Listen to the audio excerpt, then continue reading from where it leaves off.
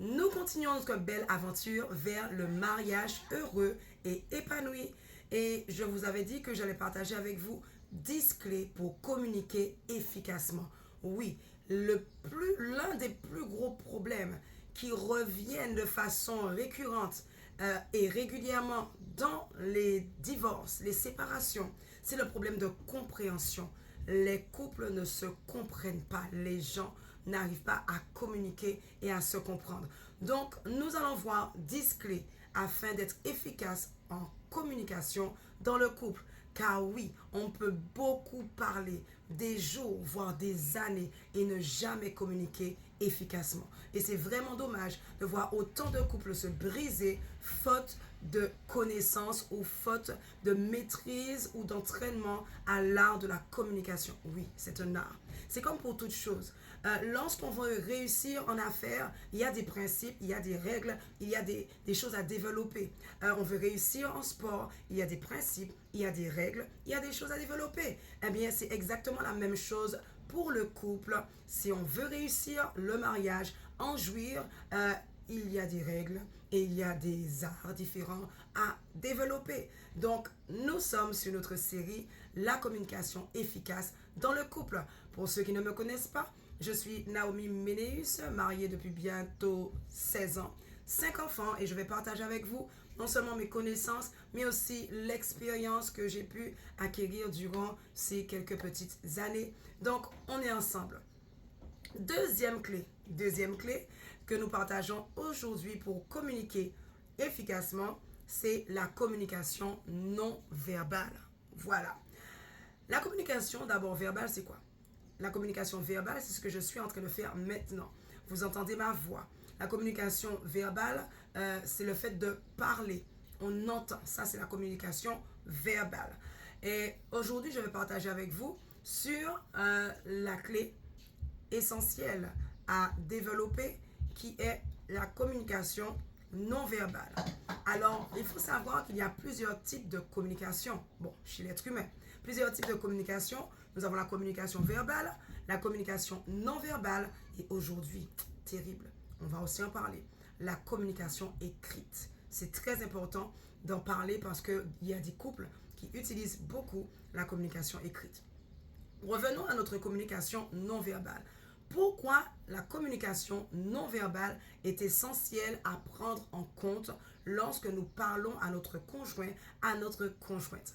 Parce que selon certaines statistiques, je ne me rappelle plus des chiffres, mais c'est environ lorsque vous parlez à quelqu'un, la personne retient environ 30% de ce que vous dites, mais va prendre en compte et retenir 70% de votre langage non verbal. Vous vous rendez compte? Cela veut dire que vous pouvez avoir les plus belles paroles du monde. Vous pouvez même avoir les plus beaux mots d'amour ou la plus belle attention ou intention lorsque vous communiquez avec votre conjoint, avec votre épouse.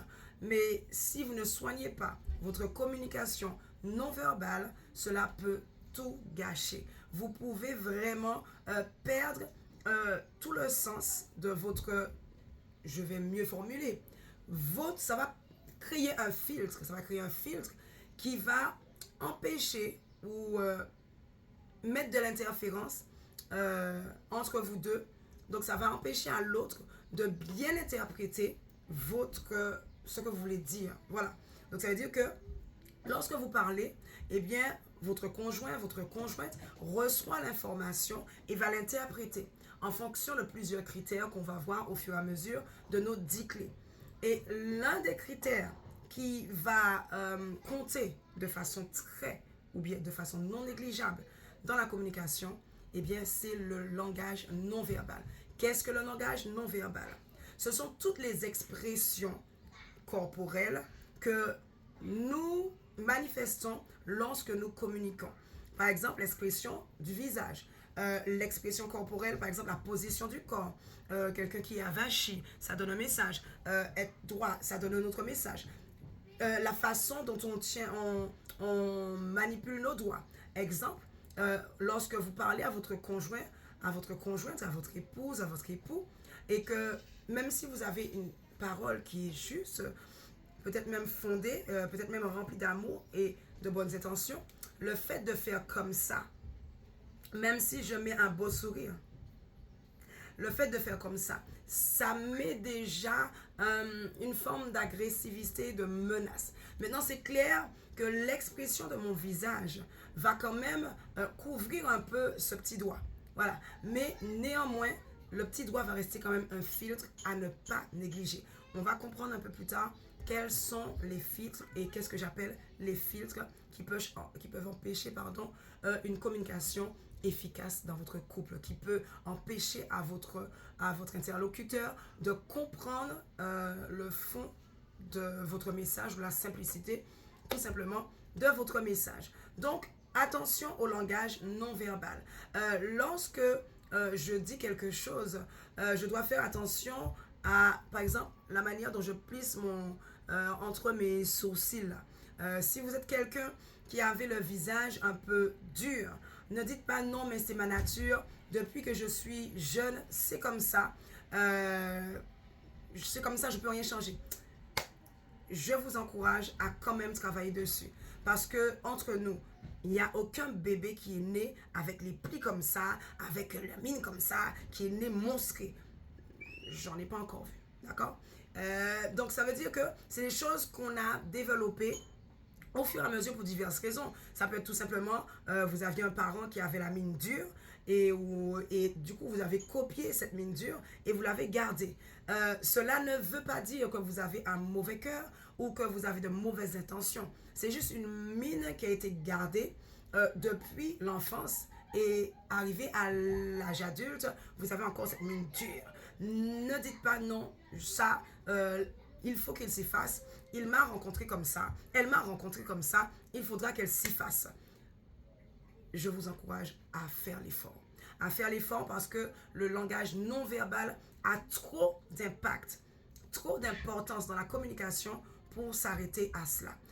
D'autant plus que c'est un petit problème qui a des solutions. Avec un peu de volonté, je ne suis pas là pour forcer qui que ce soit. Je suis là juste pour apporter un encouragement, des conseils pour aider un maximum de couples. Donc, toi qui as la mine dure, entraîne-toi devant un miroir. Devant ton miroir, c'est toi et toi. Tu auras peut-être l'air ridicule, mais entraîne-toi. Entraîne-toi à sourire. Entraîne-toi à sourire. Bon, là, c'était beau faire. Mais on s'entraîne à sourire. S'entraîner à enlever les plis là qui sont au milieu entre les deux sourcils. Ces sourcils là qui aiment faire les bisous tout le temps. Ah, détends-les, détends-les. Fais-toi des massages devant le miroir. Détends le visage. Apprends. Oui, le visage a été déformé, peut-être par les soucis de la vie, peut-être par trop de souffrance. Mais si tu veux changer les choses, si vous avez décidé de vivre un mariage heureux, je sais que parfois vous sortez de loin. Parfois vous avez déjà essayé beaucoup de choses. Mais je t'encourage à mettre cela en pratique. Ça va amener de la sérénité dans votre couple, dans votre communication et aussi permettre des ouvertures pour pouvoir explorer de nouveaux horizons dans votre foyer. Donc, la communication non verbale doit être travaillée. Aussi, deuxième chose, pour pouvoir avoir une communication le plus neutre ou le plus en accord que possible avec ce que vous dites, eh bien, évitez. Évitez d'entrer dans une communication ou dans une conversation avec des émotions négatives. Je suis désolée, il fait chaud là où je suis. Donc, évitez de rentrer à essayer de communiquer avec des émotions négatives. Parce que les émotions négatives se voient automatiquement, la plupart du temps, de façon inconsciente sur le visage. Et c'est là que vous vous retrouvez avec des remarques du style « Ah non, mais tu ne m'as pas bien parlé ». Et pourtant, vous dites « Mais vous avez tellement pris soin de préparer chaque mot. Chaque mot a été pesé à la balance. Et l'autre, elle te dit que non, tu as mal parlé. » Ça vous est déjà arrivé, hein? Et bien voilà. Donc ça veut dire que peu importe les mots que vous avez, des mots d'attention, des mots d'amour, une bonne intention, une cause qui semble être juste ou peut-être même qui est juste. Le langage non verbal a cette capacité de tout gâcher. Vous allez comprendre dans le chapitre filtre. Pourquoi? Ça a cette capacité de tout gâcher. Mais aujourd'hui, je veux t'encourager à travailler ça. Apprends à sourire. Apprends à avoir le visage moins dur. Moi, j'avais cette tendance à avoir un visage toujours sérieux.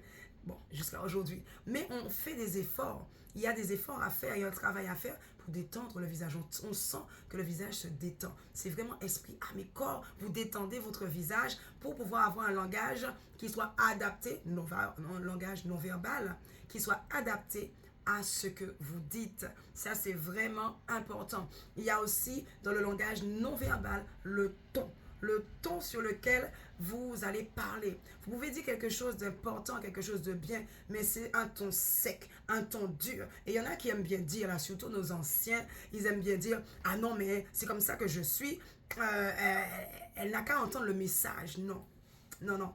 Elle ne va pas entendre le message. C'est humain. C'est comme ça. Ça veut dire qu'on est, on est créé comme ça. C'est comme ça que nous sommes. L'humain, je parle bien de l'humain. Donc ça veut dire qu'on ne peut pas demander à quelqu'un, tu m'as trouvé comme ça, voilà. Oui, je comprends. Elle t'a trouvé comme ça. Si ça ne lui convient pas, elle n'avait qu'à ne pas choisir. Mais je pense qu'elle s'est dit, dans les temps où ça va bien, ben ça va aller. Ben, voilà, sûrement que la personne s'est dit ça. Donc c'est vraiment important de le travailler. Même si c'est votre ton, vous parlez comme ça tout le temps. Parce que vous êtes commandant, parce que vous êtes, c'est comme ça que vous êtes de l'énergie et tout.